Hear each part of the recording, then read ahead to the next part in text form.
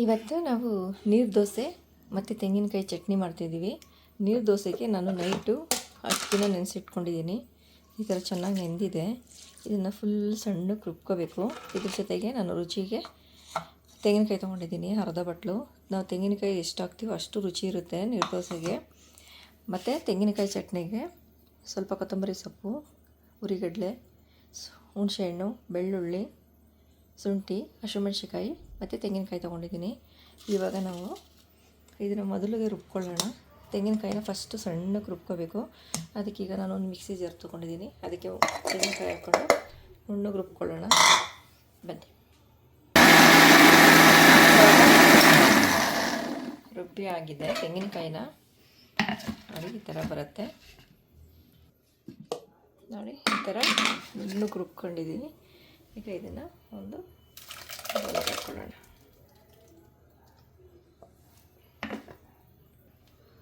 ಈ ಥರ ತೆಂಗಿನಕಾಯಿನ ನುಣ್ಣಗೆ ರುಬ್ಕೊಳ್ಳೋಣ. ನೀರು ಹಾಕೋತಾ ಇದ್ದೀನಿ. ಇವಾಗ ನಾವು ಅಕ್ಕಿ ರುಬ್ಕೊಳ್ಳೋಣ. ನಾವು ಎಷ್ಟು ಸಣ್ಣದಾಗಿ ಅಕ್ಕಿ ಮತ್ತು ತೆಂಗಿನಕಾಯಿನ ರುಬ್ಕೋತೀವೋ ಅಷ್ಟು ಚೆನ್ನಾಗಿ ಬರುತ್ತೆ ನೀರು ದೋಸೆ. ಸೊ ಹಂಗಾಗಿ ನಾನು ತುಂಬ ಜಾಸ್ತಿ ನುಣ್ಣಗೆ ಮಾಡ್ಕೊಂಡಿದ್ದೀನಿ ತೆಂಗಿನಕಾಯಿನ. ಓಕೆನಾ? ಇವಾಗ ಅಕ್ಕಿ ರುಬ್ಕೊಳ್ಳಿ. ಇವಾಗ ಹೀಗೆ ನೆನೆಸಿ ಇಟ್ಟಿರುವಂಥ ಅಕ್ಕಿನ ಹಾಕ್ಕೊಳ್ಳೋಣ. ಈಗ ನಾನು ಬೆಳಗ್ಗೆ ನೈಟ್ ನೆನೆಸಿ ಇಟ್ಕೊಂಡು ಇವಾಗ ರುಬ್ಕೋತಾ ಇದ್ದೀನಿ. ಇವಾಗ ರುಬ್ಕೊಂಡು ಈಗಲೇ ಮಾಡೋದಕ್ಕೆ ರುಬ್ಬಿ ಒಂದು ಅರ್ಧ ಗಂಟೆ ಇಟ್ಟರೆ ಸಾಕು, ರೆಡಿ ಆಗುತ್ತೆ. ಹಂಗಾಗಿ ಈಗ ಇದನ್ನು ರುಬ್ಕೊಳ್ಳೋಣ ಬನ್ನಿ. ಇವಾಗ ಅಕ್ಕಿನ ನುಣ್ಣಗೆ ರುಬ್ಕೊಂಡಿದ್ದೀವಿ. ಈ ಥರ ಸಣ್ಣಕ್ಕೆ ರುಬ್ಕೊಂಡು ತೆಂಗಿನಕಾಯಿ ಜೊತೆಗೆ ಆ್ಯಡ್ ಮಾಡ್ಕೊಳ್ಳೋಣ.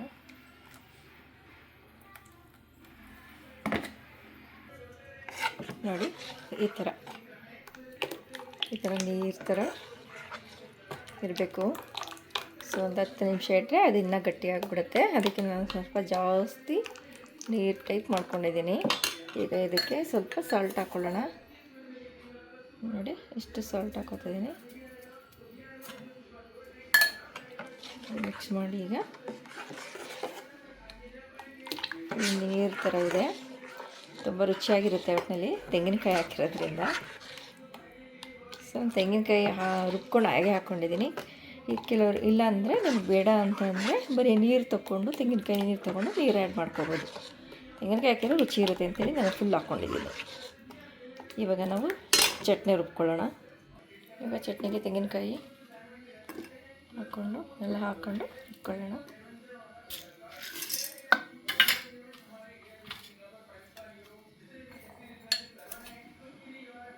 ಸ್ವಲ್ಪ ಸಾಲ್ಟ್. ಇವಾಗ ಚಟ್ನಿ ಹಾಕ್ಕೊಳ್ಳೋಣ. ಇವಾಗ ಚಟ್ನಿನೂ ಆಗಿದೆ. ಸೊ ಇದನ್ನು ಬೌಲ್ಗೆ ಹಾಕೋತಾ ಇದ್ದೀನಿ. ಇವಾಗ ದೋಸೆ ಹಾಕೋ. ಇವಾಗ ನಾವು ಸ್ಟವ್ ಅಂಟಿಸ್ಕೊಳ್ಳೋಣ. ಇವಾಗ ತವಾನ ಇಟ್ಕೊಳ್ಳೋಣ. ತವ 1 ಮಿನಿಟ್ ಕಾಯಲಿ. ಸೊ ಕಾದಾದ್ಮೇಲೆ ದೋಸೆ ಹಾಕ್ಕೊಳ್ಳೋಣ. ಬನ್ನಿ, ತವ ಕಾದಿದೆ. ಹೋಗಿಕ್ಕೆ ಹಾಕ್ಕೊಂಡು ತವನೇ ಸ್ಪ್ರೆಡ್ ಮಾಡಿದ್ರೆ ಅದು ಸುತ್ತ ಎಲ್ಲ ನೀಟಾಗಿ ಅಂಟ್ಕೊಳ್ಳುತ್ತೆ. ಈಗ ಅದನ್ನು ಕೈ ಹಾಕಿಡೋಣ.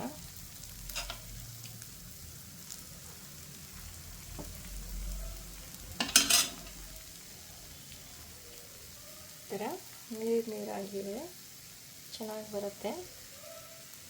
ಇದಕ್ಕೆ ನಾವೀಗ ತೆಂಗಿನ ಆಯಿಲ್ ಆ್ಯಡ್ ಮಾಡ್ಕೊಳ್ಳೋಣ.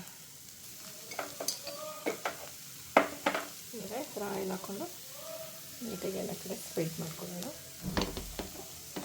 ಈ ಥರ ನೋಡಿ ಇವಾಗ ಆಗಿದೆ. ನೀರು ದೋಸೆ ರೆಡಿ. ಈಗ ಎತ್ಕೊಳ್ಳೋಣ. ಇದು ಒಂದು ಸೈಡ್ ಬೇಯಿಸ್ಕೊಂಡ್ರೆ ಸಾಕು. ನೀವು ತೋರ್ಸೋಕ್ಕೆ ಎಷ್ಟು ನೀಟಾಗಿ ಬಂದಿದೆ ಅಂತೇಳಿ ಹಾಕಿದ್ದೀನಿ. ಈಗ ತಟ್ಟೆಗೆ ಹಾಕ್ಕೊಳ್ಳೋಣ.